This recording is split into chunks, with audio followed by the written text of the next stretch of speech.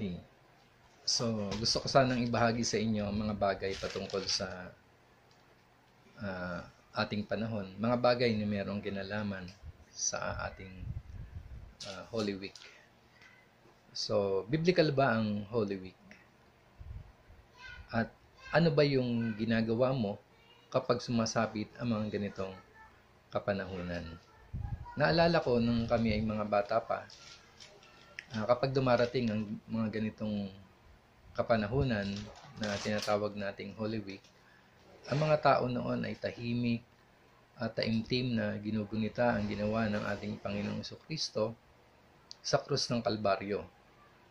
Ang mga tao noon ay hindi nag-iingay, tahimik lang, nasa bahay lang at walang lumalabas. Naalala ko noon kami ay nanonood lang ng mga palabas na merong kaugnayan o patungkol sa Panginoong Diyos, lalo tigit sa ginawa ng ating Panginoong Jesucristo. Subalit, ang malungkot na sitwasyon na nakikita natin ngayon sa ating kapanahunan, maraming mga tao ngayon ay unti-unting nalilimutan na ang mga bagay na merong kabanalan. Ang mga tao ngayon, pangkaraniwan, para bang baliwala na sa kanila ang mga ganitong okasyon na sana ay ating pagkakataon upang gunitain at alalahanin ang kabutihan na ginawa ng Diyos para sa atin. Subalit, maraming mga tao ngayon, minsan may mga Kristiyano rin, na imbis na magnilay-nilay sa bagay na ginawa ng Panginoon, sila ay nagpupunta sa mga kung saan-saan at unti-unti na nakakalimutan na ang mga bagay na mayroong kinalaman patungkol sa ating Panginoong Hesus. Ngayon, biblical ba ang tinatawag na Holy Week? At gusto ba ng Diyos na ating alalahanin ang kanyang kabutihang ginawa para sa atin? Kapag pinag-aralan natin ang banal na kasulatan, makikita natin na nais ng Panginoon na gunitain ang mga bagay na kanyang ginawa, lalo na mga bagay na himala, ang kanyang pag-ibig, ang kanyang pagmamalasakit sa kanyang bayang Israel.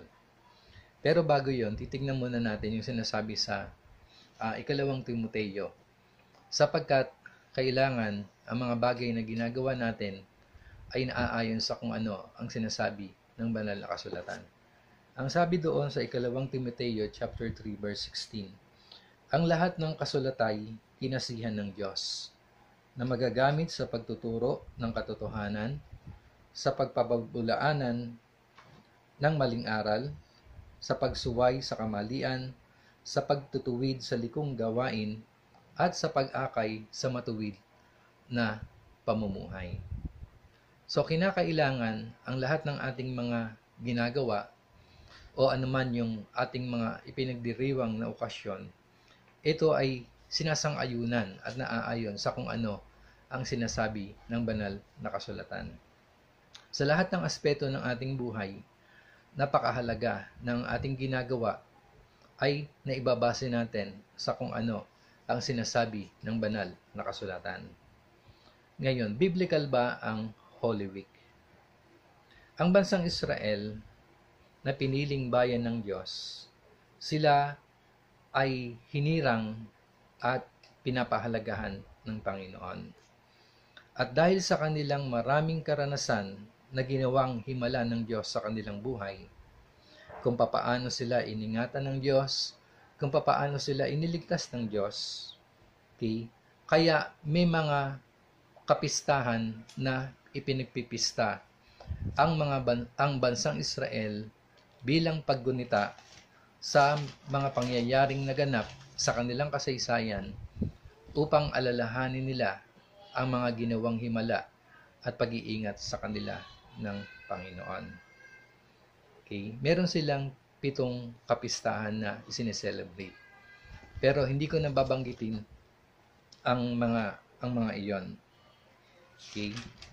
So, titingnan na lang natin ang ilang mga pahayag na galing sa Panginoon na makikita natin dito sa mga talatang ito na ang nais ng Panginoon na gunatain ang mga bagay na ginawa niya sa kanyang bayang Israel, upang nang sa ganon ito ay hindi makalimutan ng mga susunod na saling lahi sa kanilang panahon.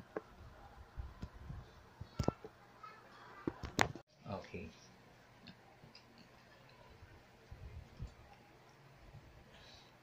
Iniutos ba ng Diyos sa kanila na alalahanin ang mga kapistahan kanilang isineselebrate? Oo, ninanais ng Diyos na alalahanin ng mga Israelita kung paano sila iniligtas ng Diyos laban sa kanilang mga kaaway. Ang halimbawa na lang dito ay mababasa natin doon sa aklat ng Exodus chapter 12 verse 14.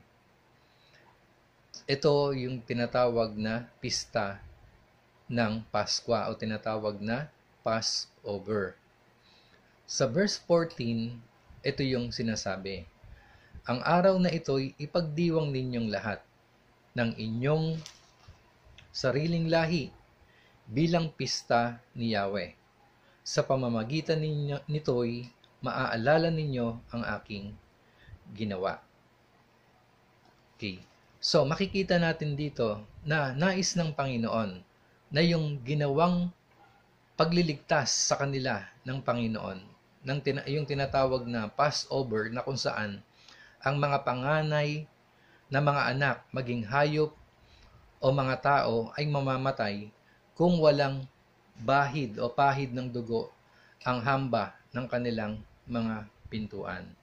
Ito ay iniutos sa kanila ng Panginoon na kailangan nilang alalahanin upang nang sa ganon, yung susunod na henerasyon sa kanila ay hindi nila makakalimutan ang kabutihan na ginawa ng Lord sa kanilang mga buhay. Gayun din naman sa panahon ni Josue, nang sila ay tumuwid sa tinatawag na ilog ng Jordan. Mababasa natin sa Josue chapter 4, 2 hanggang 3. Kaya ang sabi dito, pumili ka ng 12 lalaki, isa bawat lipi. Pakuhanin mo sila ng tagi-isang bato sa gitna ng ilog Jordan, sa mismong kinatatayuan nila o ng mga pari. Ipadala mo sa kanila ang mga bato at ilagay sa pinakahimpilan ninyo ngayong gabi. Ang sabi sa verse 6, ang mga batong ito ang magpapaalala sa bayang Israel ng mga ginawa ni Yahweh kung sa panahong darating ay itanong ng inyong mga anak kung ano ang kahulugan ng mga batong iyan. Sasabihin ninyo na tumigil ang pag-agos ng ilog Jordan nang itawid kayo ng Panginoon. Okay. So makikita natin dito na nais ng Panginoon na ating alalahanin, gunitain ang mga bagay na ginawa niya sa kanyang bayang Israel. Gayun din naman sa ating panahon.